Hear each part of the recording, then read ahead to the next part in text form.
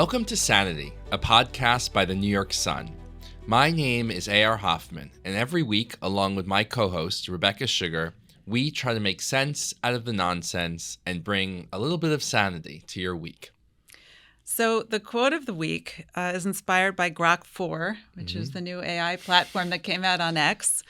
And Take our jobs one day. Yes. So certainly mine. Before it does, I thought we'd use it for our own purposes. I put in the following prompt. Okay.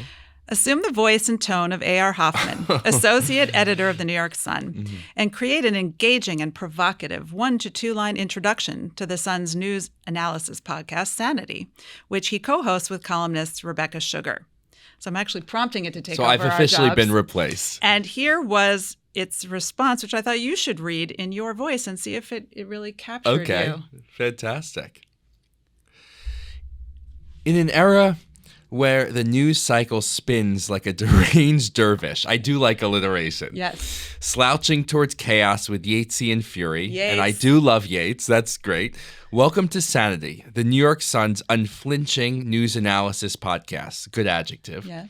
Where I, A.R. Hoffman, and the razor-sharp columnist Rebecca Sugar. Razor sharp. That's really why I wanted you to read it. I was just going to say, now I see. No argument there. Dissect the madness with literary precision and unyielding truth. Not bad. Not bad. Our editor, Seth Lipsky, might cross out a few of those adjectives, but otherwise, right. I would have been pretty solid disappointed effort. if there were not a reference to some poet. Yeah. They missed the Greek mythology reference, I think. Fair enough. But I mean, we might use this going forward. It's more than passable. Deranged dervish. Deranged we got to get you a dervish T-shirt that says that on it. That's fun. Not that you're one. No. But okay. Describing one. Thanks, Grok and Rebecca. Grok 4. Okay, so we're excited about our show today. We're going to top stories. We're going to talk about, yes, we are going to talk about the Jeffrey Epstein scandal. Yeah. It seems to somehow just keep growing and changing and shape-shifting and all of that. We'll also talk about the Russia pivot, what's going on there with the White House. And my sense is we'll touch on some of the news from Syria as well during the course of our conversation.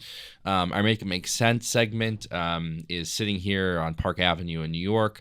You know, the mayor's race is another kind of shape-shifting story that feels, different every day. And we'll bring you the latest on that. We're going to have a sort of a new section we're excited about, and that's called Sunlight, where we're going to each spotlight a story we think should be getting more coverage than it does, and try to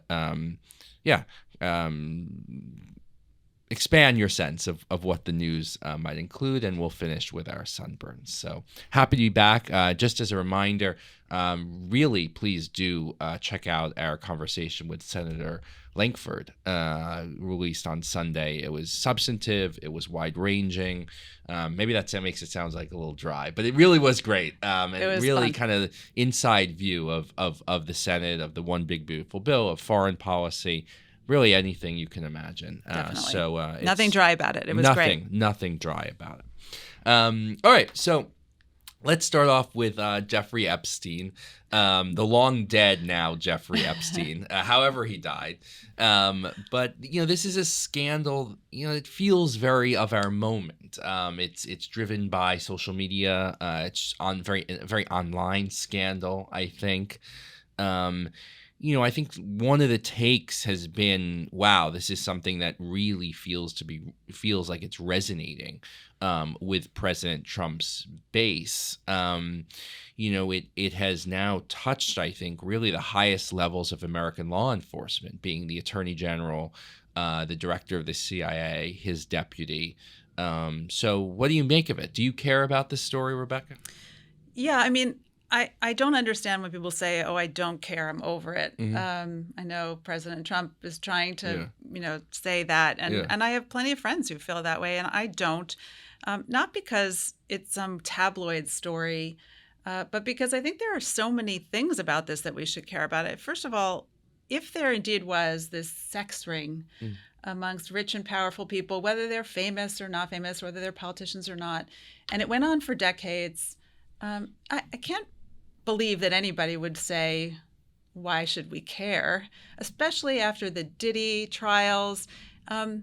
There's something about just noticing and caring that 11, 12, 14-year-old girls were abused, whether it's as many as we think or few. There was something clearly going on here. We have enough evidence to that effect already that to just disregard the story as though it does not matter is just on some moral and ethical level just a horrific thing to say. But forgetting that, from a political point of view, first of all, it's Trump's handling and his administration's handling of this growing, I don't know what to call it, if it's a scandal or not, but that is so important because he was in part elected by a base of people who were absolutely sick and tired of this very kind of obfuscation during the last administration. And so to do exactly that thing to the American people in this context is such an unforced error. It's so bad. It just strikes the heart of every conspiracy theorist and allows for every conspiracy theory to be quite plausible at this point. And I think we're at a point, obviously, in America where conspiracy theories abound. Many of them have proven to be true, or some of them have been proven to be true. And every time you do something like this and mishandle it in this way, you're giving life to those theories and convincing people that they should take every conspiracy theory seriously. And I think that's a big part of this story. I think it's also a big part of the story. There's a certain branch of conspiracy theories that is very specific to Jeffrey Epstein was a Jew.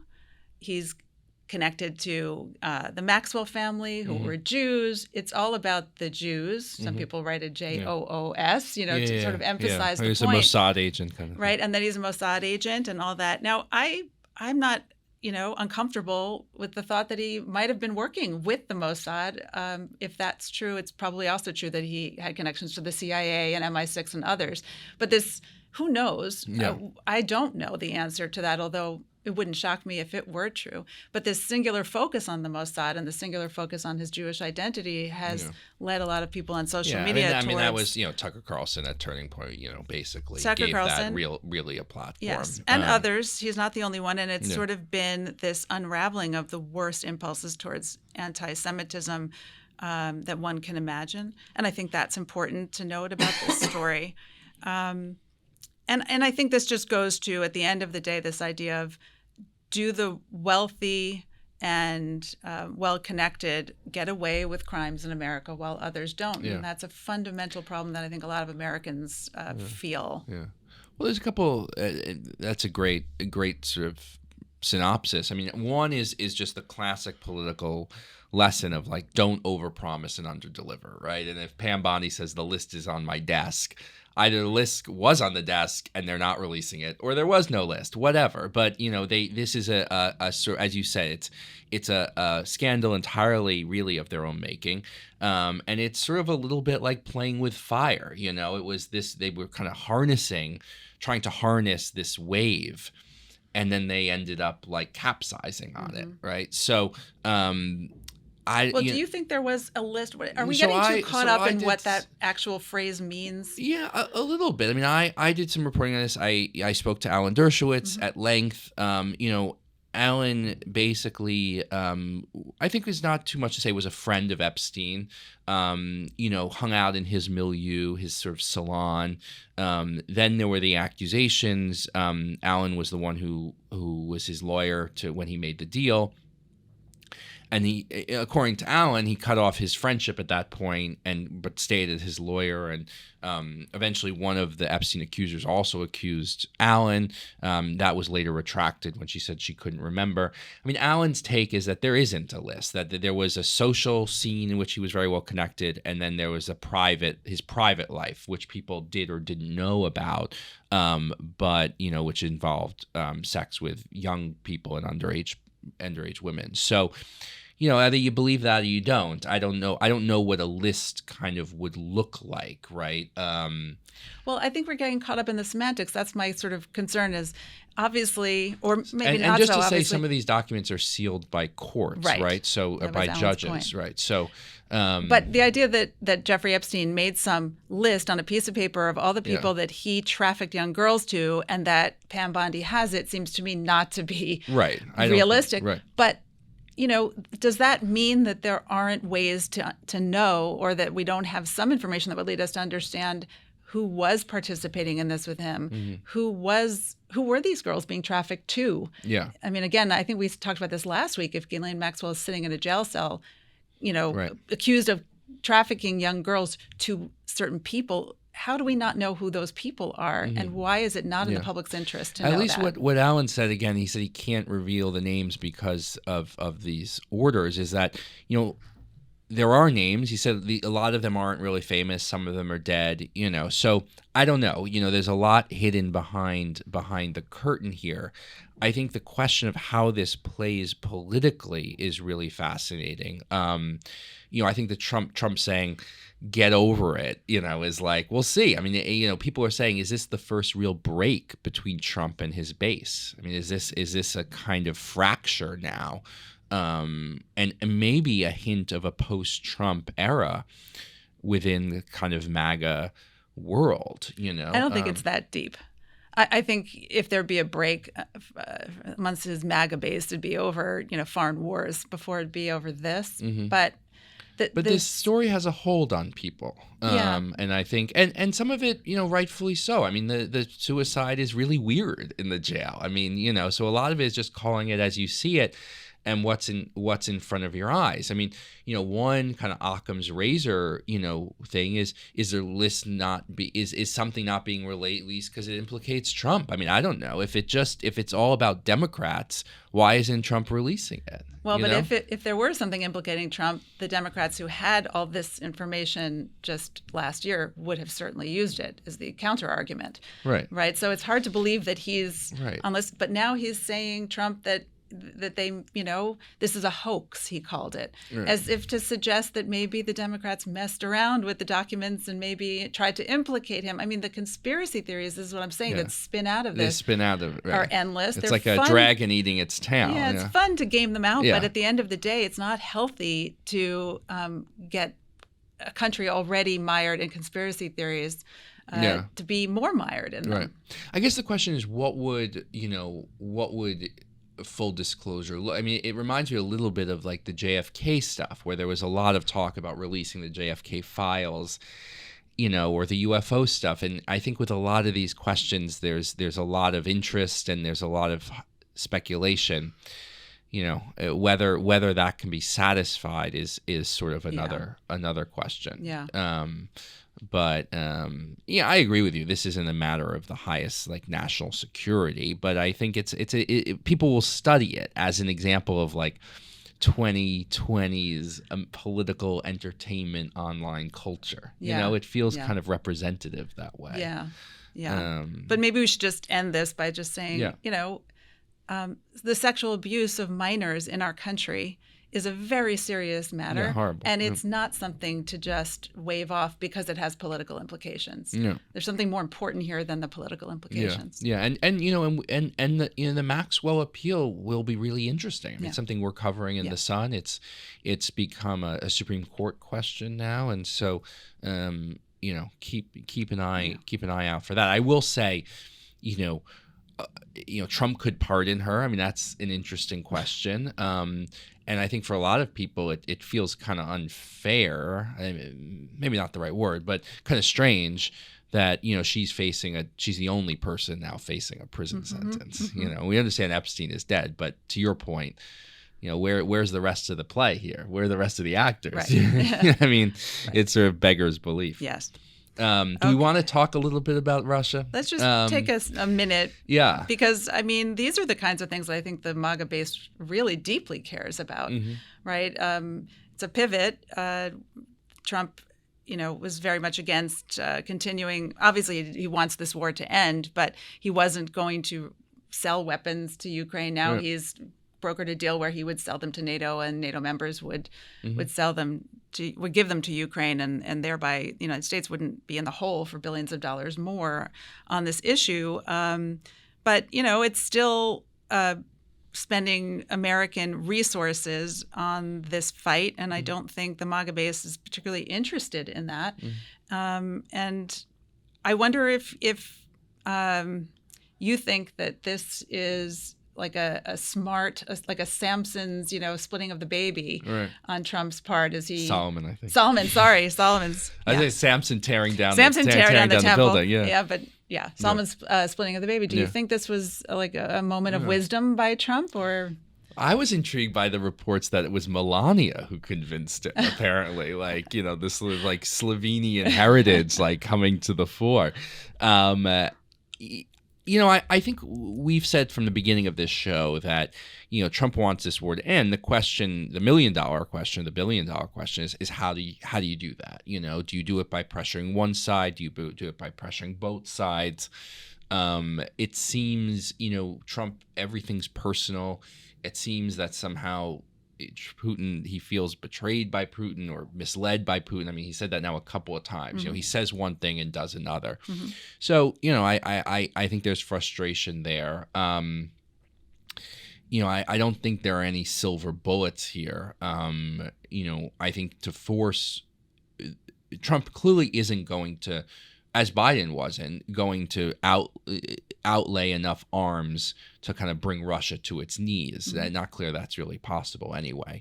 So the argument is, okay, well, if you're not going to really allow Ukraine to sort of go on the offensive, or these are mostly defensive. These weapons. Are mostly defensive weapons. Can you shift the calculus a little? Maybe.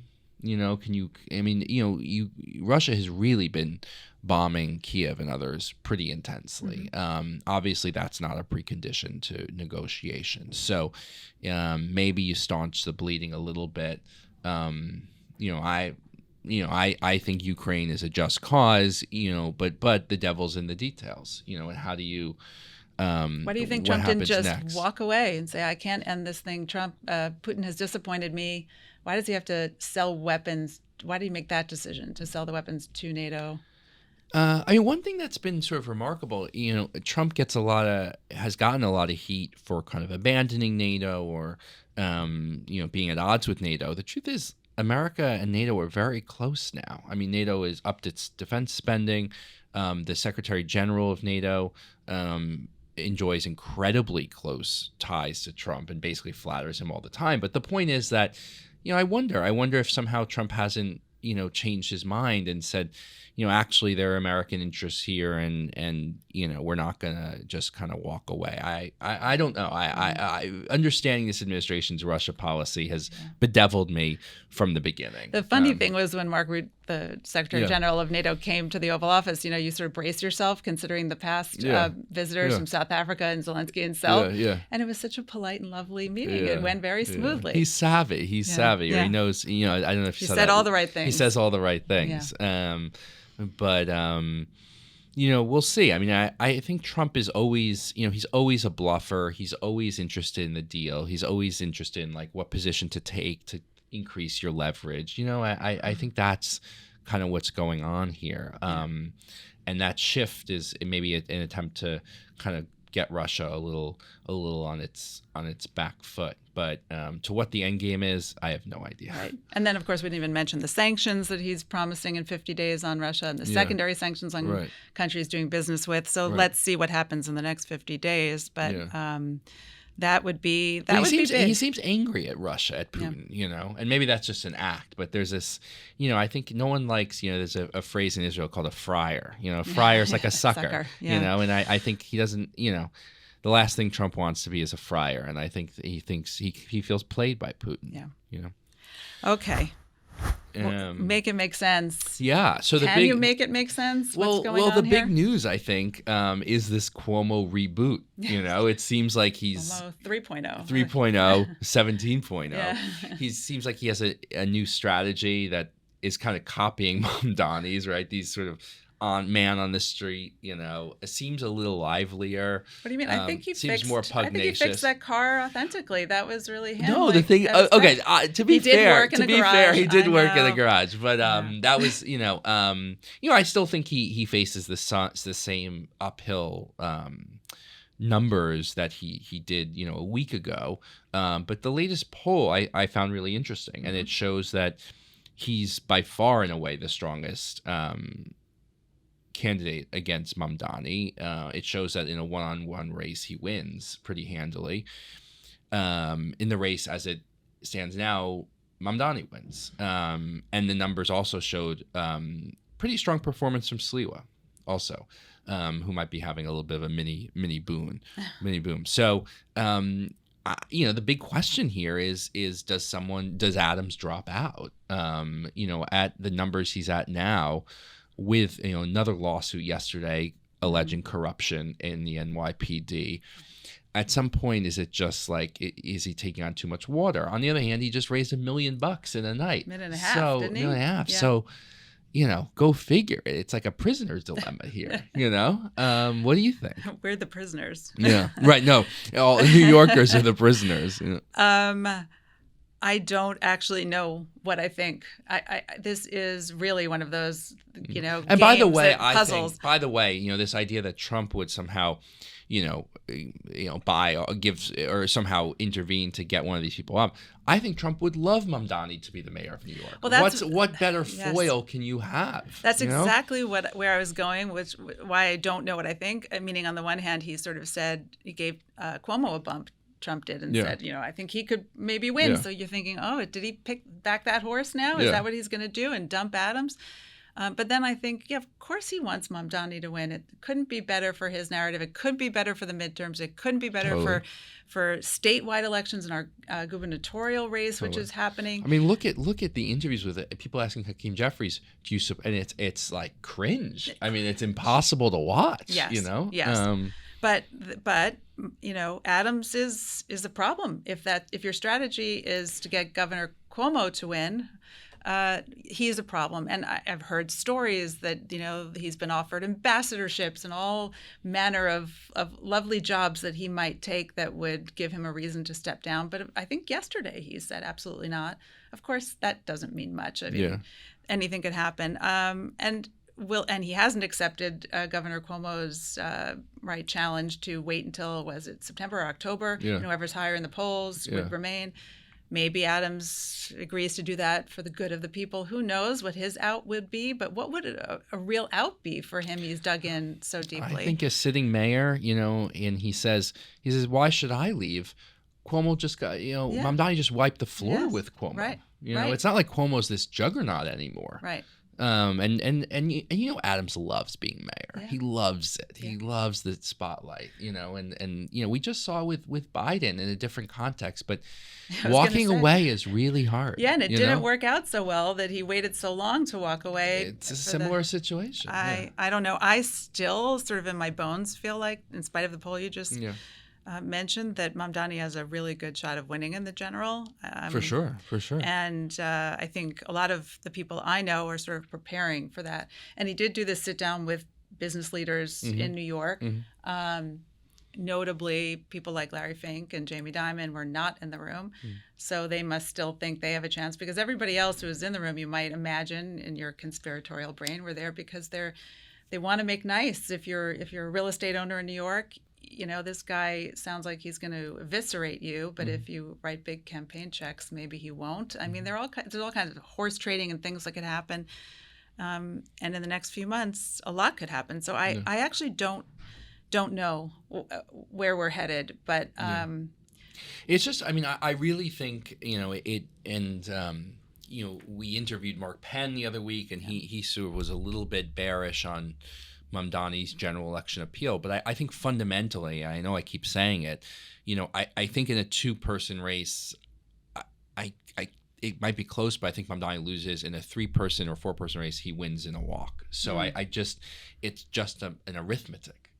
When you say two-person race, are you discounting Sliwa? Meaning two-person race, either Cuomo or Adams has to leave, but Sliwa can still be in, and you think Mamdani because could lose? Sliwa's not going to drop out. I mean, he has his own ticket. I mean, he's and he shouldn't. I mean, why should he help the Democrats clean up their mess? So you think that either Adams or Cuomo, whoever remains, can capture I think probably enough only Cuomo. I think Adams is too compromised as a candidate. And he can capture Republicans, and it'll be enough to overcome Mamdani. I do. Although you have to remember, I mean, something like 44% of New Yorkers are registered Democrats, and that gives Mamdani a huge base to start. Yeah. But, we haven't seen in the numbers from Mamdani any sort of surge since he won, right? He's still, so I think there's a kind of cap to his support. Yeah, Mark Penn sort of, alluded to that. Yeah. And I think, look, it's also important to remember that this is a man, Mamdani, there's a lot of energy on the fact that he's a socialist and the fact that his father is a raging anti-Semite. He's maybe just a normal one. But to me, if you're just an average New Yorker, how about the fact that he just has no experience, doesn't know how to run anything? Yeah. If that guy showed up here and asked for a job running the paper, we'd say, hell no. Yeah. Why is there not an argument to be made to New Yorkers that this incompetent person should not be running something as complicated and important as a city and one of the most important cities in the world? I have to say, and I'm no illusionist with Cuomo, but I was away for the weekend, and I flew back through LaGuardia. Mm-hmm. And LaGuardia is really beautiful, and you got to give the guy credit. I mean, that LaGuardia was a shithole, excuse my French, for a long time, and now it's one of the best airports in the world. Right. And so it just goes to this point of kind of like, what it takes to actually do things, right? And things, but not keep people's grandmothers alive, but build airports. For sure. Right? But I'm just saying, I mean, the kind of managerial and executive experience. Yes, Mamdani just has no right. Although I have to say that Cuomo's leaning again. He said yesterday into that narrative of I want to be manager in chief, and I'm begging him to just stop using that word. Yeah. I mean, we want you to present as somebody who can be a good manager, but don't use the word. Nobody likes their manager. No one likes their manager. No, it's a great point. And maybe, we're sort of off key here in the sense of maybe this is really a change election, right? Yeah. Maybe people really want an insurgent. It's, people are saying that Mamdani is kind of the Democrats' Trump, sort of, adept at social media, outside the system, that kind of thing. And if that's the kind of election we're in, Democrats are in real trouble because they're the other Democrats because they're not the change election, they're the past. Yeah. It reminds me a little bit of 2016 where Hillary just really misjudged what the election was, right? And it wasn't that she lost on her terms. She wasn't reading the wrong book. Yeah.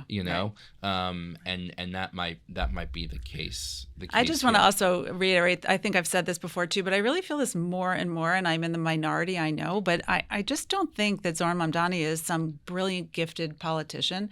I think we're confusing young and energetic and adept at social media with political brilliance, and it's just because we're old and we don't have technological savvy and social media savvy. We think that anybody who does is brilliant, but every second kid and he's not a kid, but in my vantage point, he is young. I mean, remarkably young. Everybody his age knows how to make fun videos and laughs on camera and smiles and can look good. And I think we make a big mistake if maybe that is political brilliance just because we're such we're that kind of society now and culture that values those things the most. Yeah. But that's not to me brilliance. That's just youth. Yeah. Well, a couple of things. I think that's a really good point, Rebecca. And one thing to say there is our politics has gotten so old that this just suggests there is an opportunity just by being younger. I mean, look at the Biden and Trump and look at the Senate. I mean, aside from Senator Langford, but really a gerontocracy. I mean, these people are just ancient. Right. So it just shows, there is maybe a hunger, for that. I agree with you. I don't think he's no Mario Cuomo, but I will say I think two things he's done well. One is, at least in the primary, really mobilize young voters, and that's a difficult demographic to get to come out to vote, and he did it. And this goes to your point; he kind of just the benefit of being young. But I think second, he did identify different voting blocks. I mean, his success, like, for example, with South Asian voters, I think is not something New Yorkers ever really thought about. Yeah. We never think of that as a real group, but it is. Yeah. And in lots of Queens and lots of Brooklyn, he expanded the electorate. And again, this is all just biography. He's young and he's South Asian, He's not African American. He's not African American. So anyway, just to say, I don't know. He's done a good job of sort of marketing himself. Whether there's a deeper political genius there, I would tend to agree with you. I think his political ideology is mostly like pretty facile leftist, stuff that you would find in like a Bushwick coffee shop or something. Yeah. Okay. Okay, Sunlight, our understudied story that we're going to bring to center stage. Go ahead. Well, I love to rag on Europe, Western Europe in particular. So there's a story out of the Netherlands. A civil suit was brought last year against Bill Gates, against the Pfizer CEO, Bourla is his last name, and against Mark Rutte, Secretary General of NATO, claiming that they misrepresented, lied about the safety and efficacy of the COVID vaccines during the rollout. And last October, the courts in the Netherlands said that Bill Gates had to come and stand trial. Actually, it was a big sort of earthquake. And there are 17 plaintiffs in this who have various forms of what they say are vaccine injuries. And it was a huge moment in this sort of COVID debate and the whole big pharma controversy. And that was enough, and people should pay attention to that. But what really struck me was that days before opening arguments, might have been the day before, the lead attorney for the plaintiffs, a man named Arno van Kessel, his home was raided in the early morning hours. He was held at gunpoint by the authorities along with his family and his children, and he was swept away to a high-security prison in the south of the country with no contact with his family. And he's held there for 90 days. They haven't even specified the crime that he's supposed to be accused of here. They gave some sort of, vague answer about, why he was being held in maximum security location. And the trial had to go on with his number two. And many people came out to protest this in the Netherlands, viewing this as what it probably was, which is a way to kind of crush this narrative that governments and companies, corporations, administered and mandated a drug to their populations that they knew was either not effective or not safe or both. And it's, again, another example in Europe of the suppression of free speech, of the suppression of people's just basic freedoms, medical freedoms, and the right to even air some of these conversations. And I haven't read anything about Arno van Kessel in the days and weeks since this happened that explains why he's being held under lock and key. So they don't even feel the need to really justify their behavior. This is the state coming in and imposing its will on the people. And it's been happening all over Europe. It happened in our own country during the COVID lockdowns in various forms. And I think it's something for the entire Western world to pay attention to and to push back against. That's great. I mean, I was just thinking as you were saying that of the Sixth Amendment, the Constitution, right to counsel. And generally we think of that as, the defendant's right. But you can see why the kind of founding fathers put it in, right? The right to have the counsel of your choice, and how authorities can often crack down not only on defendants themselves, but also on their attorneys. They need a Sixth Amendment in the Netherlands. Right. And 1, 2, 3, 4, and 5. Yes. So mine is going to be something I've been thinking about, and that is sort of the state of kind of, let's call it fiction or art, culture, all those things. There's been reporting in a number of different places over the last few days of the extent to which fiction more and more is being governed and driven by issues of identity of the author rather than kind of the merit of the work. There's been sort of a lament for the fact that, the fiction now, the male author, the male author, the white male author, the straight male author, however you want to describe it, is now an extinct species. And I just, it might not be on people's radars. I just think that, our imaginative work, our art, is sort of what challenges us, what helps us imagine new possibilities, and of course, we want writing by everybody, and the literary world should have opened up. That's a good thing. But a literary world that has become so ideological homogeneous, so committed to identity above all else, so political. I don't even have time here to go through the organizations that I've been told and have been captured by the most extreme ideological kind of shock troops, and forget about, Israel and Zionists. Those people are already, verboten. But, we're just seeing a literary world that I really believe is becoming impoverished, and it's compromising its own standards. And it's becoming farcical. And, like the universities and like other organs of culture, it's easy to say, like, well, just forget it. But, as these areas of creativity collapse, we're all kind of really poorer for it.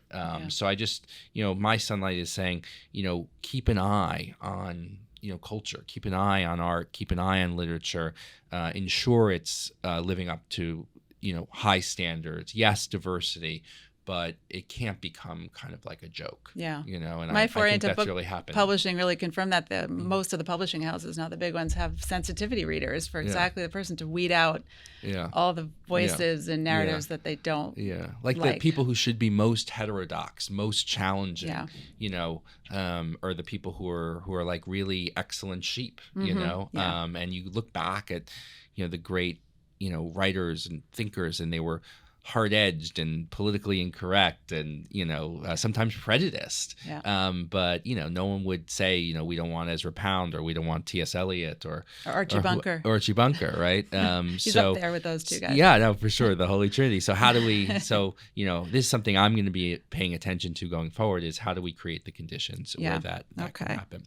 Okay. Sunburn. That felt like also a sunburn. A little bit of both. Sunlight sunburn. My sunburn is just on California Senate Bill SB 549, which passed the Senate. It's now pending in the Assembly there, but it's a scary one. It says basically that the city and municipalities can use property taxes to buy up, at fair market value, which means pennies on the dollar, the land that was destroyed during the Malibu and Palisades fires, and they can use 40% of it for low-income housing.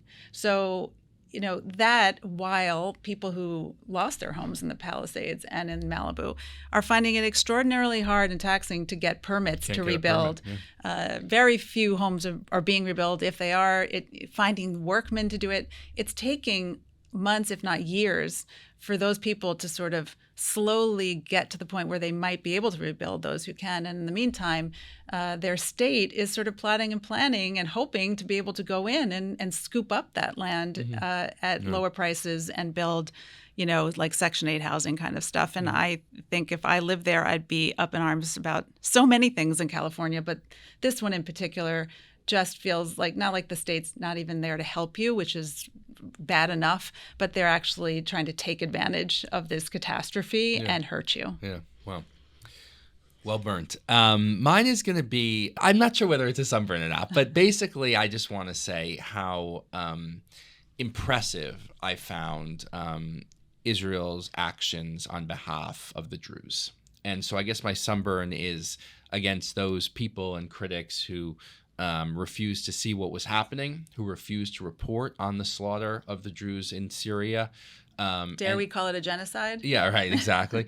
And but who hold Israel to account for every little thing it does, and no state's perfect. Not saying it is, but why was it only Israel who took a step to protect a minority in the Middle East, right? And not a resolution, not a complaint. I mean, countries didn't even do that, right? But it was Israel who took concrete steps to say, we are going to protect this group because of our ties to it. Many people might not know, but the Druze serve in the Israeli army. Their relationship with Jewish Israelis is called a covenant of blood because they both serve and sometimes, unfortunately, die.